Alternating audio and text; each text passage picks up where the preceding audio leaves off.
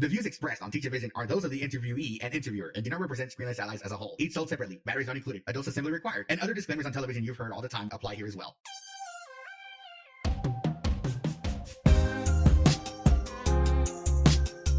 Hello there! Welcome to Teachavision, episode number 7, where everyone has a different vision of learning. My name is Jose Briseño, welcoming you to the final part of the interview with Miss Sharrie Lyon, a teacher of the visually impaired from Abilene, Texas. This part of the interview is all about stories of working with her students. And of course, my mini game where I test her tech smarts. All that and some final thoughts right here on Teachavision by Screenless Allies.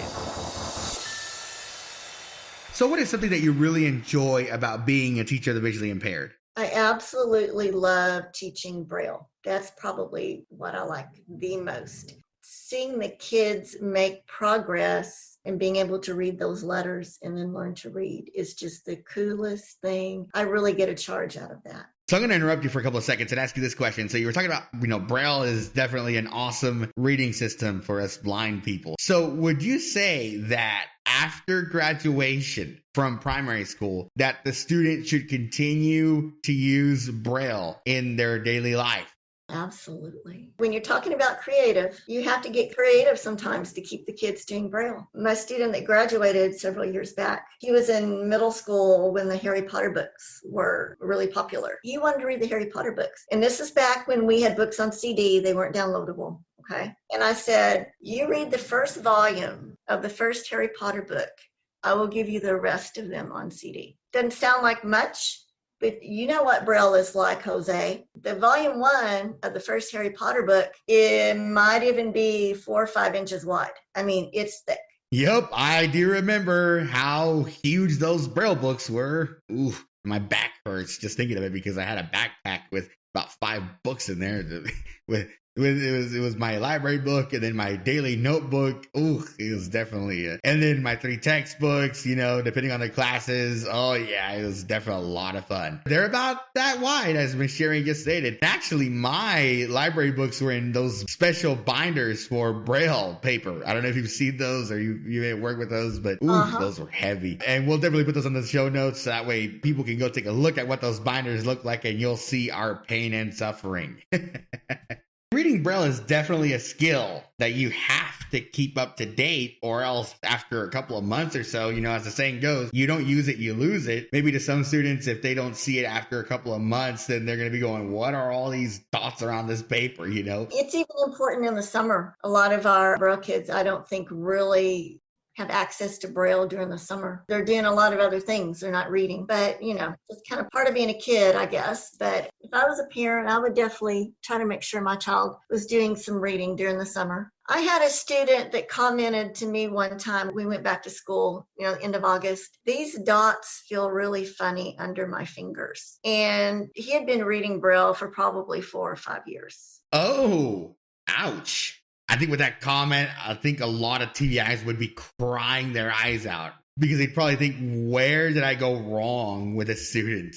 Seriously. Sometimes we feel like it. So, Ms. Sharrie, what is some advice that you would give to people that want to come into the field of being a teacher of the visually impaired? I would say the biggest thing is just be willing to learn new things, because the career field for TVIs has changed immensely during the years I've been in, and it continues to change. And I really feel like there are probably going to be even more changes in the future, the things that we're learning about the brain and vision. There's just potential for it to really grow and change, I think. So for you, what do you think has evolved when you started teaching to now? When I first started, ROP, or retinopathy of prematurity, which is something that happens to the eyes when a child is born prematurely, and they tend to have low vision issues. That was probably the number one eye condition that we would run into. Since then, we've got something now called optic nerve hypoplasia, which vision issues that can be nearly normal to having no vision at all for that. And there's a lot of other developmental and medical issues that go along with that visual diagnosis. And then the third thing, and this is just I won't say it's recent. It's been coming down for years and years, but we're learning more and more about it. And that's something called cortical visual impairment.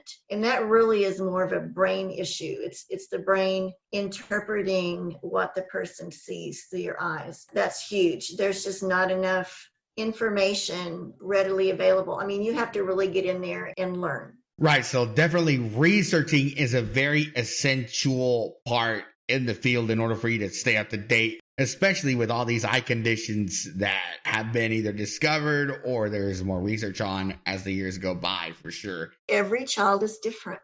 Right. As you definitely mentioned before, yeah, every child is different. And for sure, you got to adapt to the differences between students. All right, Miss Sharrie. So it's time for you and I to play my technology mini game where we will test out your tech smarts. And for those that have been listening to the podcast and have been reading the articles on screenlessallies.com, this is not new to you. All right, so get ready, Miss Sharrie, because here is the first question. So let's play.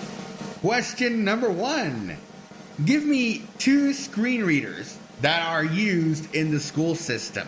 You know, that can change over time too, but JAWS, I know, is really important for our kids because it tends to be used more after school. And if you'd asked me this last year, I would have had a different answer for the second one. But right now, I would say Chromebox on your Chromebooks.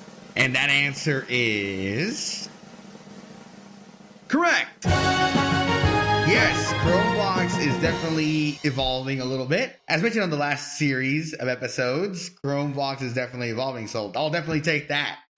Question number 2, and your final question.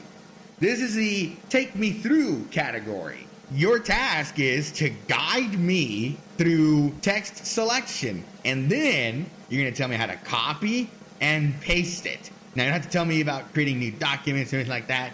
We just want to discuss the selection, the copy, and the paste. Okay, for selecting text, you want to put your cursor where you want to start. So you're going to have to listen to where you're at. And then it would be Shift and then your arrow keys. Copying it is just Control-C, and to paste it is Control-V. Alrighty, and the answer to that question is correct! $1 million. I wish. We all wish, right? We all wish we had $1 million, right?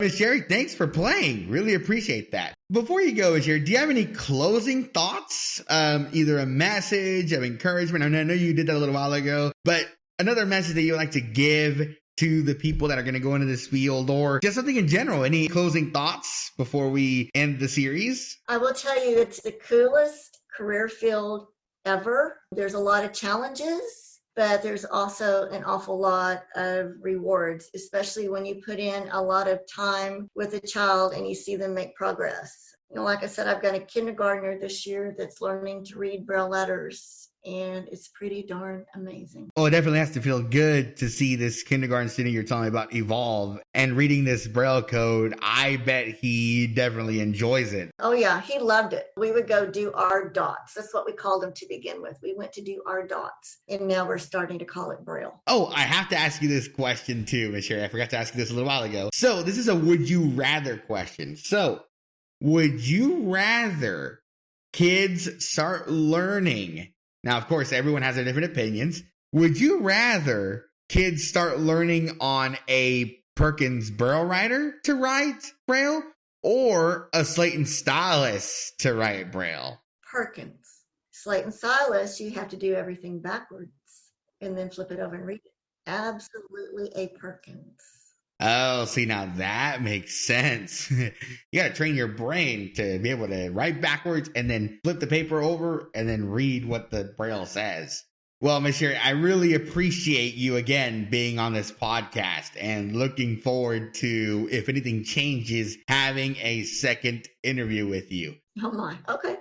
Really appreciate it. Thank you again for being on this podcast. Absolutely. Do it.